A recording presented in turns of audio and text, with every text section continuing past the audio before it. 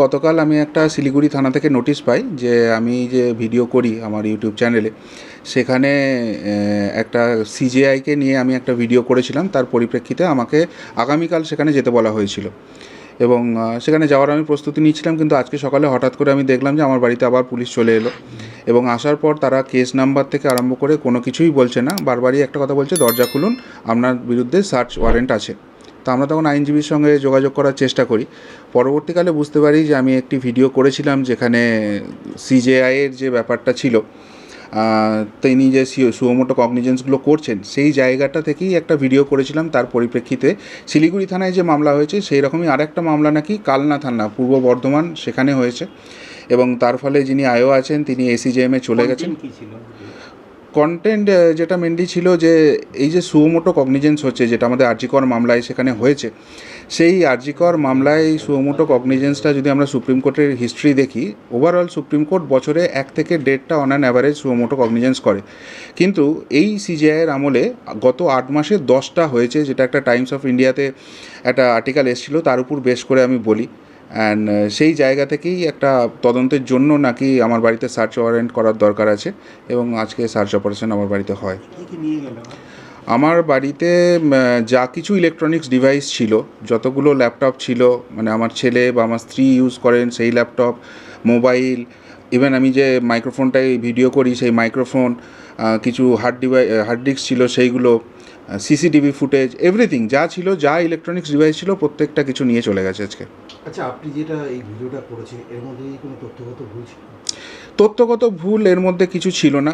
আমি হয়তো আমার কিছু পার্সোনাল কমেন্টস তার সঙ্গে পাস করেছিলাম, কিন্তু যেটা আমাকে ইন্টারোগেশনের সময় ওনারা জিজ্ঞাসা করছিলেন যে আমি নাকি সিজেআই বা বিচার ব্যবস্থাকে ম্যালাইন করার চেষ্টা করছি, আমি ওনাদের অনেকগুলো রেফারেন্স দিই যে এই ভিডিওর পর আমি একাধিক ভিডিও করি যেখানে সিজেআই সম্বন্ধে কিছু ফেক নিউজ ছড়াচ্ছিল, তার ক্ল্যারিফিকেশান দিয়েছি। তিনি যে জাজমেন্ট দিয়েছেন সেটা কত ভালো এই পরিপ্রেক্ষিতে, আরজিকরের পরিপ্রেক্ষিতে। তো আমি পজিটিভ ভাইবসেই ছিলাম।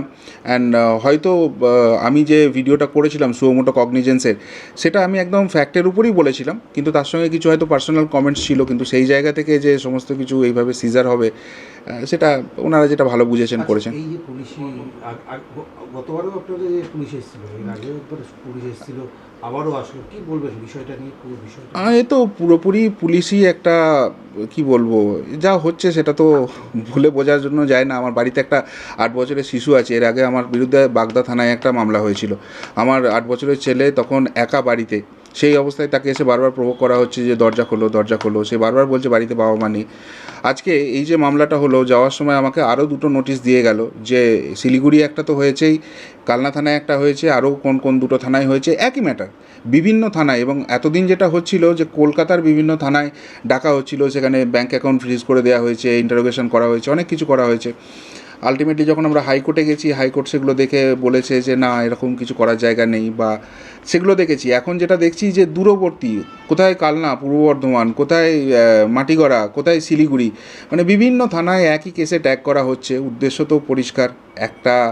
এবার যেটুকুনি আমি আইনজীবী মহল থেকে জানতে পারলাম যে আমি যদি কারোর বিরুদ্ধে কিছু বলেও থাকি, সেই জায়গা থেকে তিনি মানহানি হয়েছে বলে তিনি আমার বিরুদ্ধে মামলা করতে পারেন, বা আমি যদি কোর্টের বিরুদ্ধে কিছু বলতে পারি, কোর্টের যিনি রেজিস্ট্রার আছেন তিনি আমার বিরুদ্ধে মামলা করতে পারেন। কিন্তু সেখানে পুলিশের এত অতি সক্রিয়তা, যেখানে আমরা দেখলাম আরজিকরে এত বড় কাণ্ড হয়ে গেল, আমাদের বোনটাকে বাঁচাতে পারলো না, বা সেখানে গিয়ে যে ভাঙচুর হলো, সেখানে পুলিশের কী অ্যাক্টিভিটি সকলেই দেখছে। আসলে মেন উদ্দেশ্য তো হচ্ছে মুখটা বন্ধ রাখতে হবে, প্রতিবাদ করা যাবে না। যে অন্যায়গুলো হচ্ছে, যেগুলো আমরা ইউটিউবে প্রতিনিয়ত তুলে আনি, সেগুলো হয়তো কারোর পছন্দ হচ্ছে না, সেই জায়গা থেকেই এই অতি সক্রিয়তা আসছে।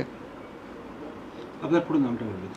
আমার নাম শুদ্ধশীল ঘোষ। আমি প্রিয়বন্ধু মিডিয়া ইউটিউব চ্যানেলে হোস্ট করি।